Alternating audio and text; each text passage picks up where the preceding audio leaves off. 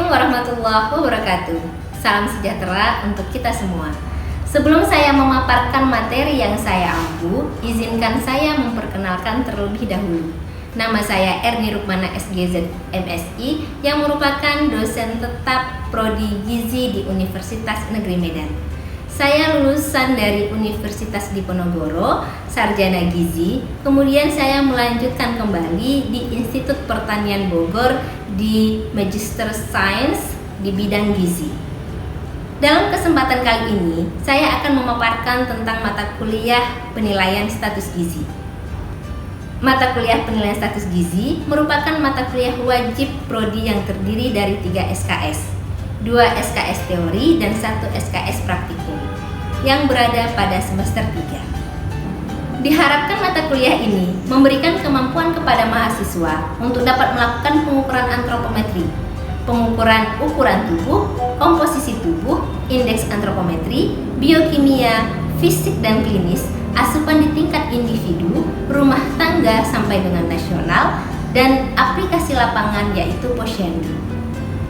Salah satu kewajiban saya sebagai dosen, saya telah menerapkan Tridharma perguruan tinggi, diantaranya adalah bidang pengajaran, di mana pada bidang ini saya menetapkan sistem pembelajaran yang mengacu pada model pembelajaran Problem Based Learning atau PBL dan Team Based Project Learning atau TBP.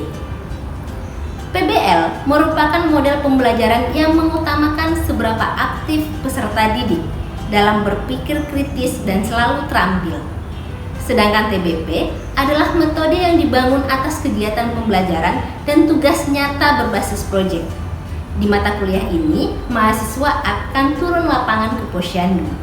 Capaian pembelajaran lulusan dari mata kuliah ini dari CPL menurunkan 12 sub CPMK, kemudian akan dibagi menjadi 14 kali pertemuan tatap muka pembelajaran dan tidak termasuk untuk ujian tengah semester dan ujian akhir semester. Capaian pembelajaran lulusan pada mata kuliah ini terdiri dari 4 aspek. Yang pertama sikap, yang kedua keterampilan khusus, yang ketiga keterampilan umum, dan yang keempat adalah pengetahuan. Aspek pertama, yaitu sikap, adalah mengembangkan keahlian dan menyelesaikan diri secara profesional dengan bidang kajian ilmu gizi berbasis nilai-nilai agama, moral, etika, dan bertanggung jawab. Keterampilan khusus mencakup tentang mampu melaksanakan kegiatan evaluasi pelaksanaan intervensi dan pelayanan gizi. Aspek keterampilan umum mencakup tentang mampu bekerja mandiri maupun kelompok dalam koordinasi kemitraan secara multidisiplin keilmuan dan memiliki daya saing dan kepercayaan diri di dalam komunitas. Dan aspek pengetahuan yaitu mampu berkolaborasi dengan sesama profesi kesehatan dalam memberikan pelayanan kesehatan yang terintegrasi kepada masyarakat. Aspek pengetahuan dari mata kuliah penilaian status gizi yaitu mahasiswa dapat melakukan pengukuran status gizi yang terdiri dari pengukuran antropometri yaitu ukuran tubuh, komposisi tubuh, mengaplikasikan indeks antropometri, pengukuran biokimia, pengukuran secara fisik dan klinis, pengukuran asupan individu sampai dengan nasional, faktor ekologi atau faktor lingkungan, pengukuran presisi dan akurasi data antropometri, penilaian status gizi ibu hamil sampai dengan balita, dan penilaian status gizi anak sampai dengan lansia, serta melakukan praktikum lapangan di Posyandu untuk mengukur bayi, balita, dan ibu hamil. Untuk mendukung kegiatan pengajaran di kelas, saya menggunakan berbagai literatur seperti Nutritional Assessment dari Gibson, kemudian penilaian status gizi dari Iqbal, kemudian penilaian status gizi dari Imadi. Sebagai referensi penunjang dapat berupa jurnal artikel yang berhubungan dengan penilaian status gizi. Adapun platform yang saya gunakan yaitu Learning Management System atau yang dikenal dengan istilah LMS berupa SIPDA. Menu LMS tersebut, mahasiswa akan mengisi presensi kelas, mengunduh materi perkuliahan, mengerjakan kuis, dan lainnya. Itulah model interaksi antara saya dan mahasiswa dalam menerapkan pembelajaran. Aspek penilaian merupakan suatu proses penilaian untuk mengukur kemampuan mahasiswa secara objektif dalam menerima materi pembelajaran. Indikator penilaian yang saya gunakan terdiri dari beberapa bagian. Yang pertama, kehadiran mahasiswa 5%, kemudian tugas 50%, 20% ujian tengah semester, dan 25% ujian akhir semester. Hasil asesmen yang saya lakukan dengan harapan mahasiswa dapat mengetahui proses penilaian saya lakukan secara transparan dan objektif. Selanjutnya, saya akan menampilkan proses pembelajaran yang akan dilakukan di kelas dengan mikro teaching.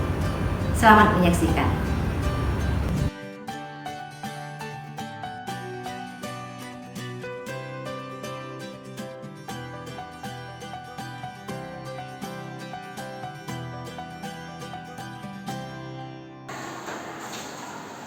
Assalamualaikum warahmatullahi wabarakatuh. Waalaikumsalam warahmatullahi wabarakatuh. Selamat siang semuanya. Siang, Bu. Gimana kabarnya hari ini? Sehat. Alhamdulillah. Jadi hari ini kita kuliah dengan mata kuliah penilaian status gizi. Ini sudah minggu ketiga. Artinya pada saat kontrak kuliah sudah kita sampaikan bahwasanya mata kuliah penilaian status gizi ini adalah mata kuliah wajib yang mempunyai 3 SKS di semester 3 ini ya. Jadi 2 SKS itu teori, 1 SKS-nya praktek. Ini kenapa di meja saya sudah banyak alat pengukur untuk kita praktekkan, tapi minggu depan ada praktek secara mandiri, gitu ya. Nah, sebelum pembelajaran kita untuk kesehatan, untuk kemudahan dalam pembelajaran, berdoa dulu semangat. Berdoa dulu.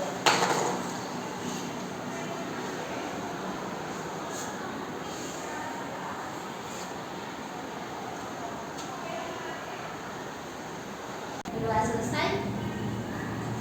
Karena sudah memasuki minggu ketiga, artinya kalian sudah memahami apa saja konsep dari penilaian status gizi, ya kan?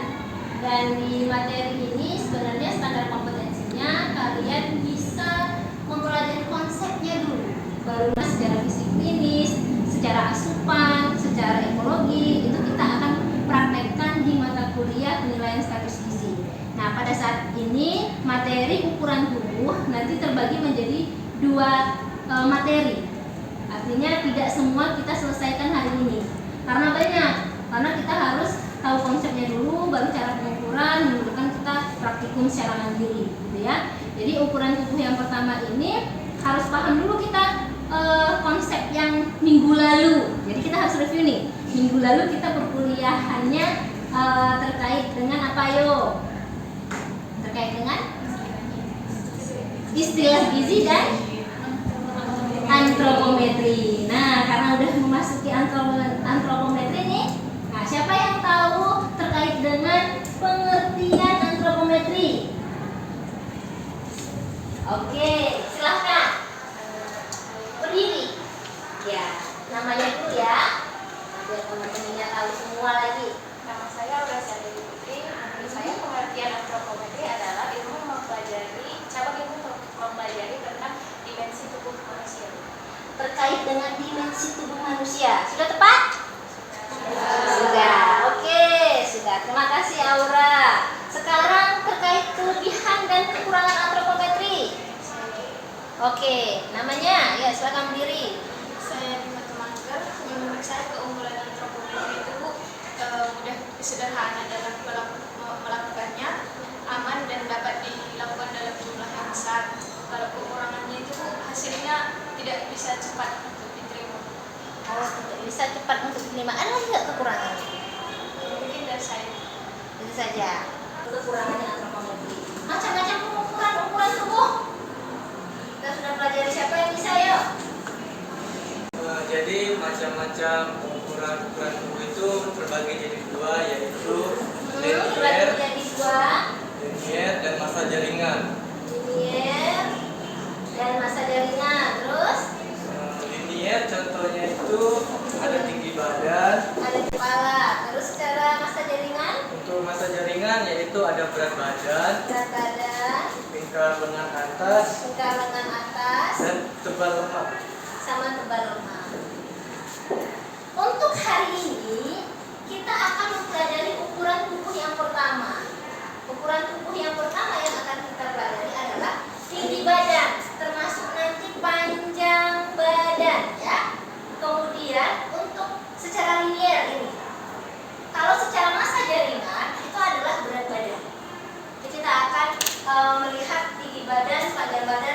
berat badan. Kemudian ada satu lagi, tinggi lutut.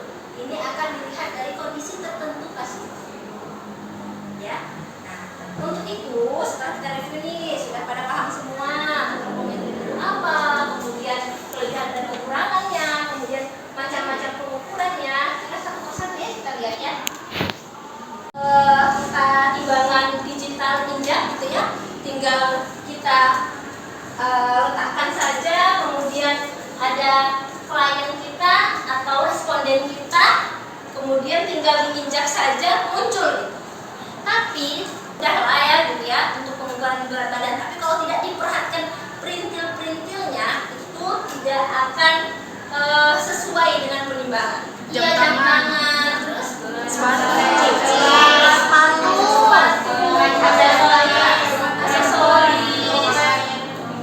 yes, pakaian yang digunakan. Nah, setipis mungkin itulah yang harus kita ketahui. Tahu konsepnya dulu.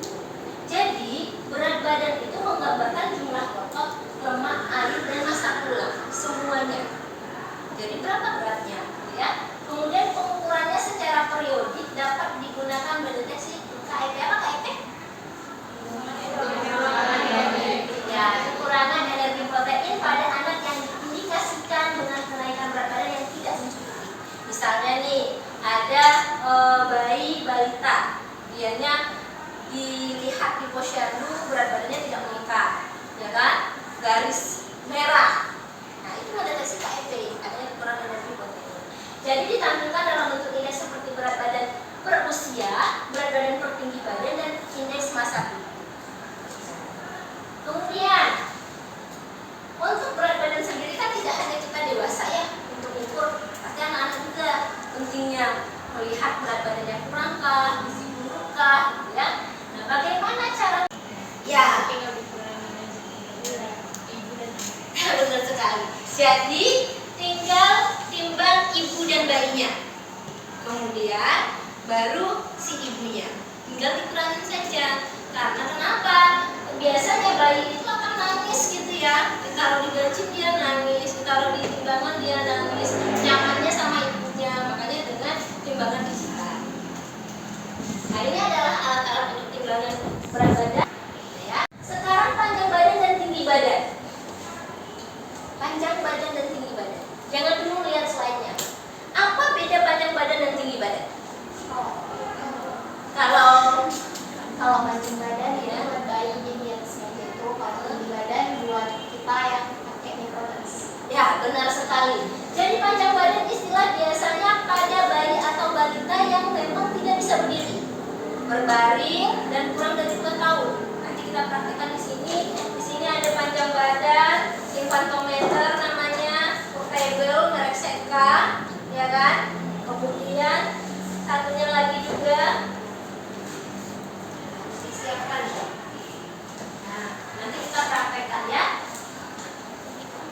Sebelum kalian nanti saya praktekkan dulu biar nanti kalian tahu bagaimana cara mengukur panjang badan. Kemudian untuk tinggi badan yang berdiri menggunakan microtoys. Ada microtoys kita sudah lengkapi juga, ya. Mikrotoa atau stadiometer. Ini untuk tinggi badan. Nah, sekarang kita pengukuran panjang badan. Panjang badan ini dilakukan oleh 2 pengukur. Bisa si pengukurnya dua-duanya atau bisa si ibunya. Jadi ibunya yang megang kepala bayinya di infantometer, ya, atau juga bisa dari ibu kadernya atau ahli gizinya, ya kan? Jadi jangan tidak menyentuh, harus menyentuh, ya. Nah, kemudian pengukur kedua memegang kaki subjek tanpa sepatu dan kaos kaki. Jadi kalau ada balita bayi ada kaos kakinya, sepatunya dilepas dulu. Kemudian pengukuran, ya kan? Pengukuran biasanya bayi ini dia melekuk, ya kan? Caranya adalah klik klik klik gitu, langsung 41.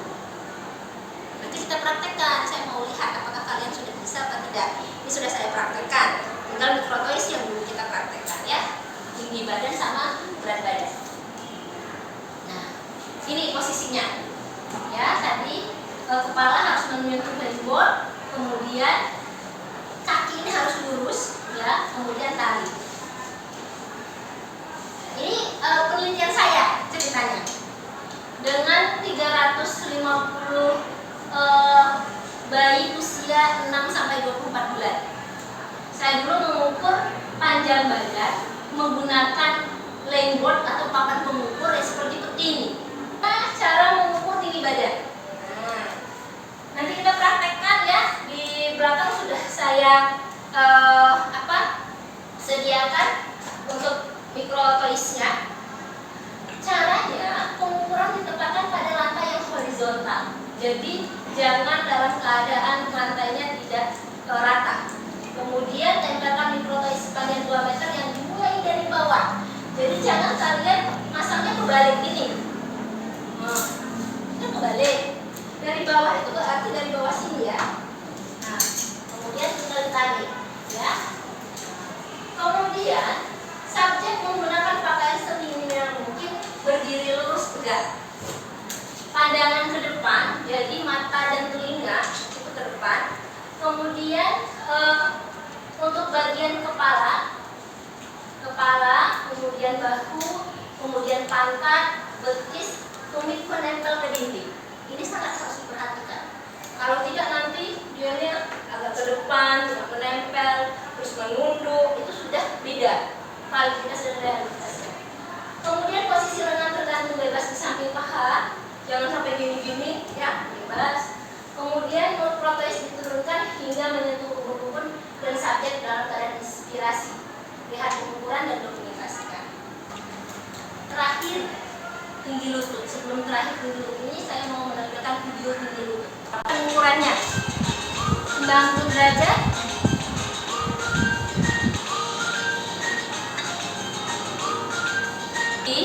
Ya, untuk mengukurnya ini ketika memang tidak bisa berdiri, gunakan tinggi lutut. Misalnya kasusnya adalah pada lansia usia 60 tahun, dia dalam keadaan tidak bisa berdiri, gunakan tinggi lutut. Tinggi lutut, kemudian harus 90 derajat, ya. Kemudian letakkan di bagian paha, ya, paha, kemudian di telapak kaki. Tinggal diukur. Kemudian setelah ada hasil ukurnya, kita masukkan di rumus Ulea. Rumus tinggi lutut untuk mengkonversi menjadi tinggi badan.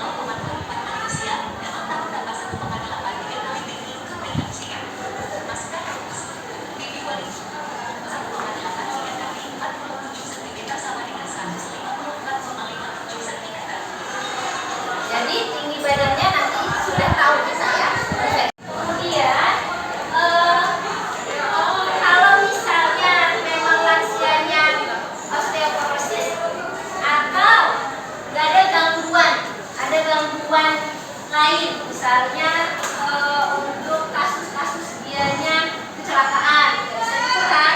Kalau misalnya kakinya patah atau memang tidak bisa bergerak, nah itu bisa dilakukan. Pengukuran tinggi lutut itu bisa menggunakan kaliper. Selain alat yang ini ada namanya kaliper. Kemudian harus digunakan pada kaki kiri. Kenapa kaki kiri? Karena jarang. Ya, benar, karena jarang digunakan. Posisikan ini itu 90 derajat. Kemudian salah satu dari bilah diposisikan di bawah tumit, sedangkan satunya lagi dipasang pada permukaan inferior dari paha dan proksimal pada patella. Kemudian pengukuran dilakukan minimal 2 kali dan dihitung rata-ratanya, ya. Ini sama untuk ukuran tinggi lutut, nah seperti ini. Menggunakan kaliper, ini kaliper, ya. Selain menggunakan alat sendiri. Ini ya, ini punya kita di lab, ini ada kakak kelas kalian kemarin. Kemudian menggunakan kaliper, ini kaliper. Ini alat tinggi lutut. Sudah selesai. Tapi kita mau praktekkan, ya kan? Nah, satu-satu nih kita mau praktekkan. Untuk panjang badan, siapa yang bersedia untuk mempraktekkan panjang badan? Silakan. Namanya siapa?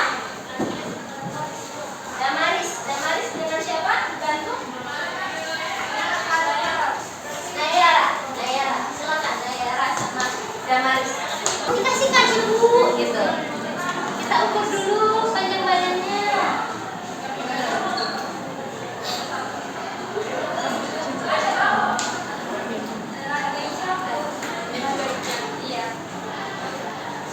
Ukuran nama bayinya.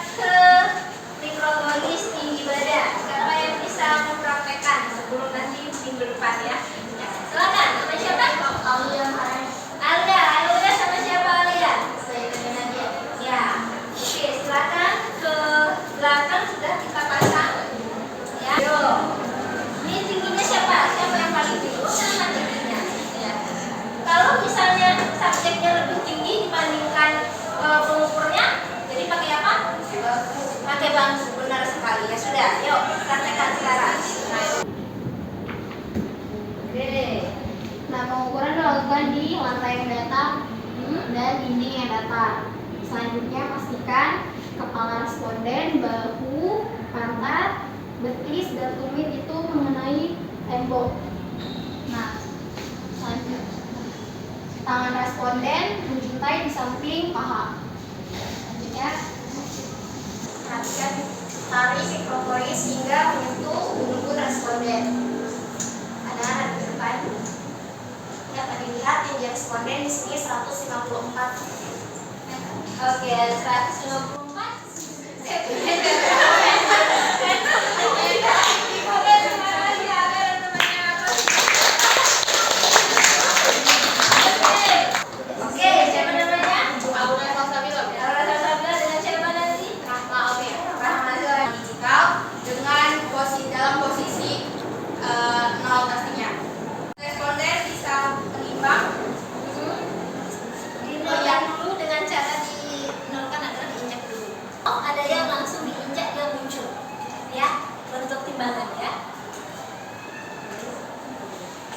Setelah itu perhatikan timbangan digital dan catat serta lakukan pengulangan minimal 2 kali penimbangan.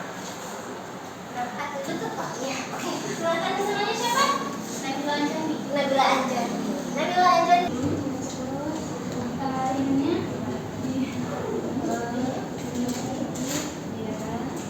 itu membentuk 90 derajat ya. Terus ininya ditarik sampai ke bagian apa? Ini berapa?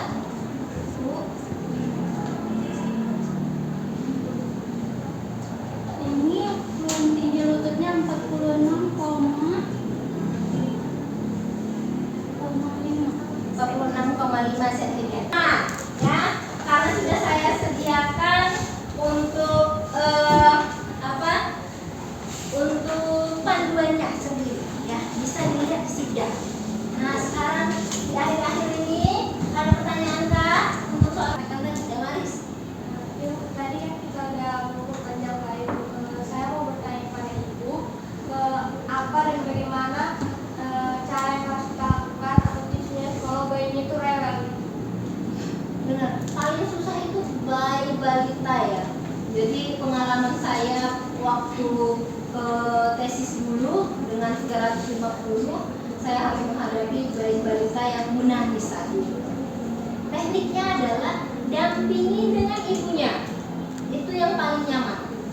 Bayi dengan ibunya. Kita minta tolong sama ibunya, kayak tadi ya sudah dipraktekkan, ada ibunya untuk memegang kepala si bayi tersebut. Kemudian dengan melakukan dengan cepat. Kalau kita sudah terbiasa, pasti cepat kita melakukan pembuahan. Tidak namanya tidak kaku, artinya tidak kita bingung sendiri, gitu ya. Nah, kemudian ada satu lagi tipsnya, tapi semoga nggak dibawa mainan. Jadi kasih mainan, biar dia ada ke depan. Terus kita juga lebih dekat juga sama bayinya. Aku lagi itu, saya praktekkan itu, saya bawa mainan kelingking-kelingking itu biar dianya mau diukur. Tuh ya kan ya. Ya, nanti semakin banyak turun lapangan itu kalian tahu. Kan kita turun lapangan ya, masyarakat akan semakin tahu kalian. Dari pengumpulan ini, jadi tadi ya sebenarnya antropometri itu berkaitan dimensi tubuh menurut usia dan jenis kelamin, ya kan? Digunakan secara luas untuk mengukur status gizi. Jadi tidak hanya hasil-hasil tok gitu, hasil ini, tapi hasil ini adalah untuk melihat status gizi. Oke, karena setelah sejarahnya presentasi terlebih dahulu. Hasil ini sana? Saya ibu. Oke, setelah kalian presensi, biar nanti saya cek juga. Sebentar. Oke. Yang lain masih ditunggu. Nah, sekarang buka bisnis. Masuk.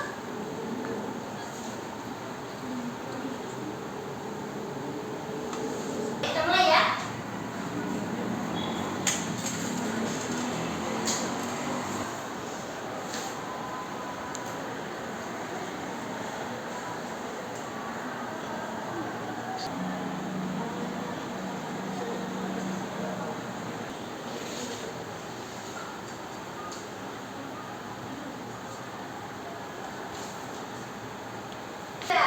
Ya.